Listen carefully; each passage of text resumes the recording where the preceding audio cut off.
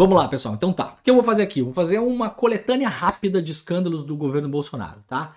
Há muitos mais. Eu vou colocar aqui alguns que eu considero que estão entre os mais importantes. E aí a gente vai lembrar deles não só esse ano para a campanha eleitoral, porque é necessário lembrar as pessoas sobre como este governo que acabou com a corrupção, segundo Jair Bolsonaro, lidou com os casos de corrupção. Mas a gente vai lembrar desses casos também a partir do ano que vem.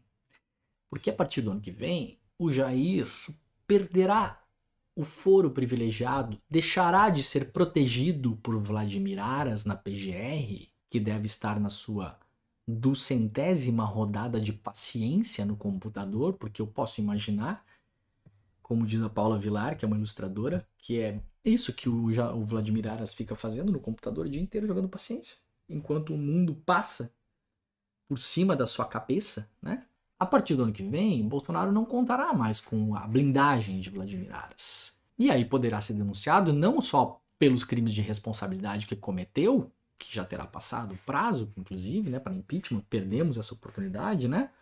Mas poderá ser denunciado por crimes comuns. Então temos, por exemplo, o principal que se conhece, né, e também o mais escabroso, que é aquilo que sempre se falou sobre a família Bolsonaro, que é o nosso cara da casa de vidro, reportagem do Intercept de 2020, né? Que mostra aí vários grampos captados aqui pela investigação que envolveu o Ministério Público no Rio de Janeiro, né? E o cara da casa de vidro foi procurado por comparsas do miliciano Adriano da Nóbrega, que foi assassinado pela polícia depois de ser procurado pelo assassinato da Marielle Franco. Era considerado um dos chefes de um grupo de matadores que ficou conhecido depois como Escritório do Crime, que nada mais era do que um grupo de matadores ligados às milícias do Rio de Janeiro. Então esse caso é um caso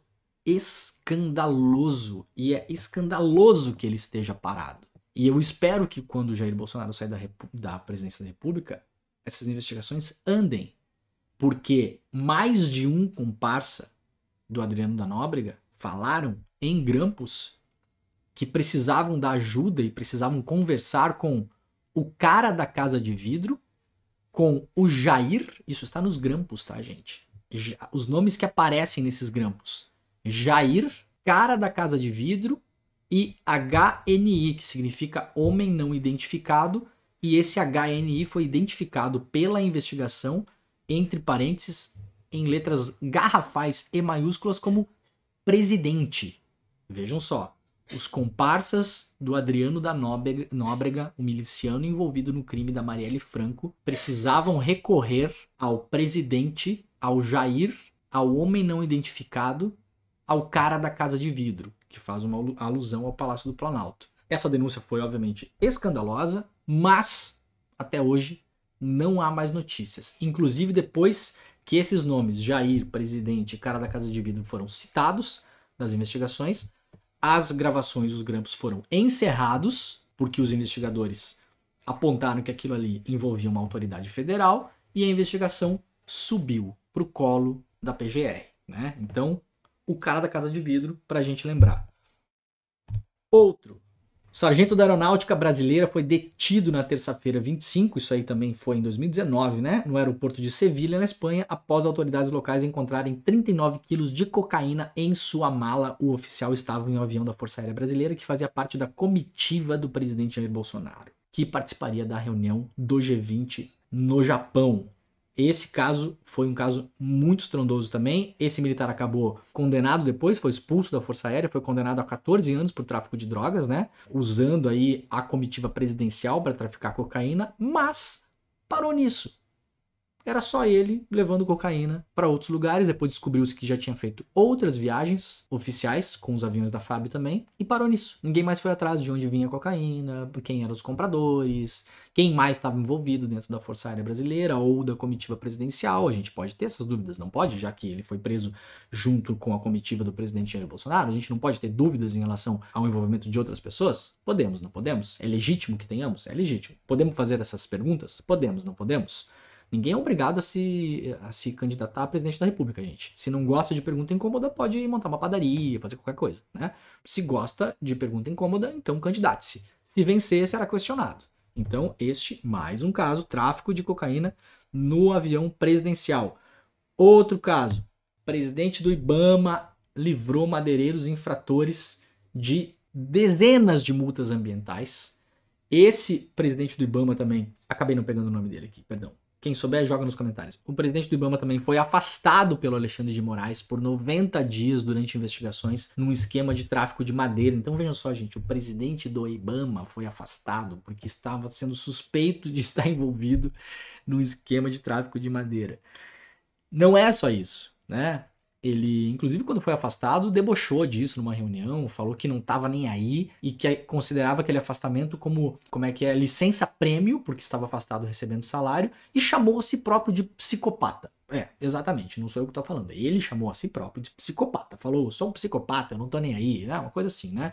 Tem a frase dele exata se vocês quiserem procurar na internet. Obviamente não foi o único caso envolvendo a área ambiental. Temos também o caso clássico de Ricardo Salles, não só o presidente do IBAMA suspeito de envolvimento com madeireiros, mas também Ricardo Salles, alvo de busca e apreensão da Polícia Federal, né? A Polícia Federal fez uma operação aí em 2021, foi para casa do Salles, apreendeu o celular dele, inclusive, né? E, de novo, suspeito o Ricardo Salles de estar envolvido num esquema de exportação ilegal de madeira para os Estados Unidos e para a Europa. Lembrando que o Ricardo Salles é um dos caras que, como era ministro do meio ambiente, né? É o cara do vamos passar a boiada. Na famosa reunião presidencial, o Ricardo Salles é o ministro do meio ambiente que fala enquanto as pessoas estão distraídas com a Covid, ou seja, enquanto tem gente morrendo com Covid e toda a atenção da imprensa está em cima disso, vamos aproveitar para passar a boiada na regulamentação ambiental. E de fato foi o que fizeram, facilitaram e muito a vida de garimpeiros, de madeireiros e de toda a sorte de piratas que vivem dentro da Amazônia, né? Então temos aí mais um escândalo de corrupção rondando o governo Bolsonaro. Obviamente, Ricardo Salles foi blindado, delegado da PF que investigou Ricardo Salles foi dispensado do cargo, né? Perazzoni, que era o delegado, liderava a operação que apura se o ministro atuou em favor de madeireiros ilegais. Não foi o primeiro delegado afastado por investigar o Ricardo Salles. Temos também o caso do clássico do delegado Alexandre Saraiva, né? Que foi afastado também depois de apontar irregularidades que aconteciam sob a gestão do Ricardo Salles no Ministério do Ambiente e no IBAMA, tá? Então o Ricardo Salles foi duplamente blindado e hoje, para quem não sabe, é pré-candidato a deputado federal, tá?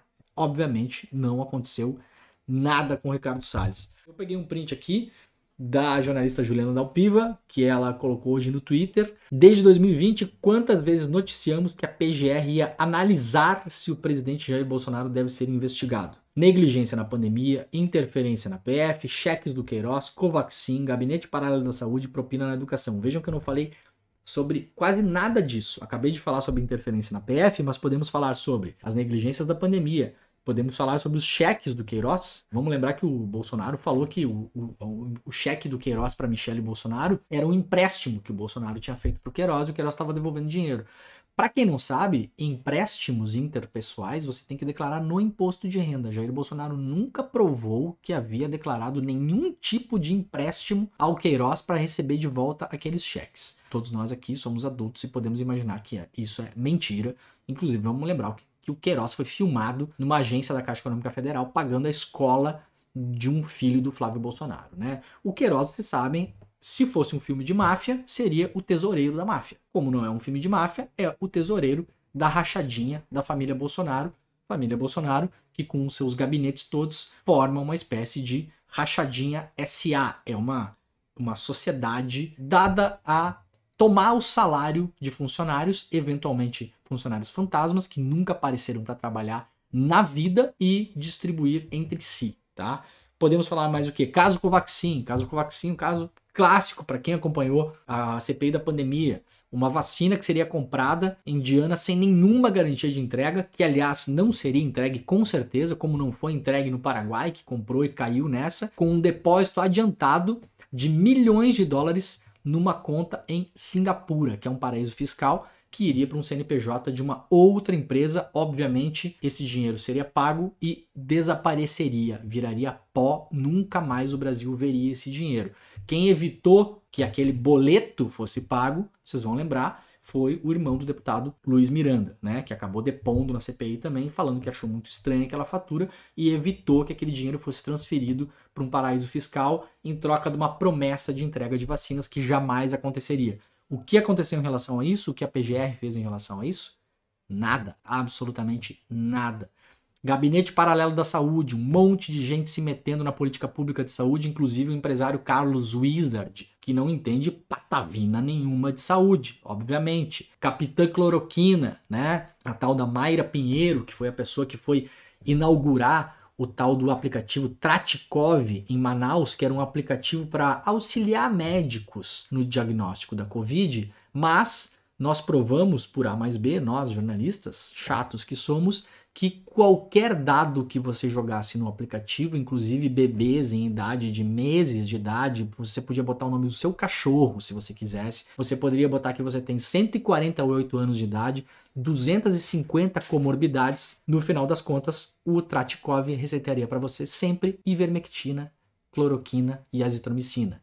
Então, o que aconteceu em relação ao Gabinete Paralelo da Saúde até hoje? Absolutamente nada. Propina na educação, escândalo dos pastores do MEC, já falamos sobre isso aqui também.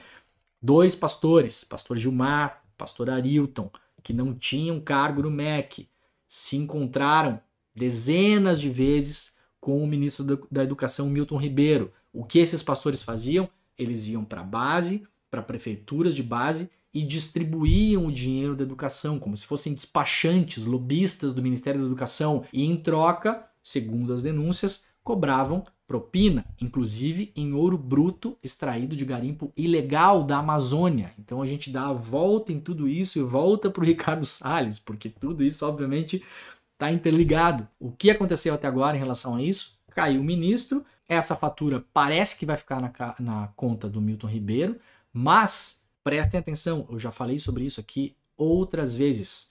O Milton Ribeiro, pego em um grampo, disse que tinha 2 prioridades no Ministério da Educação. Primeiro, atender os municípios que mais precisam, que aliás deveria ser a única prioridade do ministro da Educação, correto? Essa não é, digamos, uma das 2 prioridades. Isso é o trabalho óbvio dele. Então resta apenas uma prioridade das 2. E qual era essa uma prioridade? Atender o pastor Gilmar, porque aquilo era um pedido direto do presidente da República, Jair Bolsonaro. Então prestem atenção. O pastor Gilmar, acusado de receber propina para despachar dinheiro do Ministério da Educação para prefeituras, inclusive em ouro bruto extraído de garimpo ilegal da Amazônia, não era um homem de Milton Ribeiro, era um homem do presidente da República. Isso é outro crime gravíssimo, assim como aquele da Casa de Vidro, que assim que Jair sair da presidência, eu acho que a coisa vai ficar feia para ele.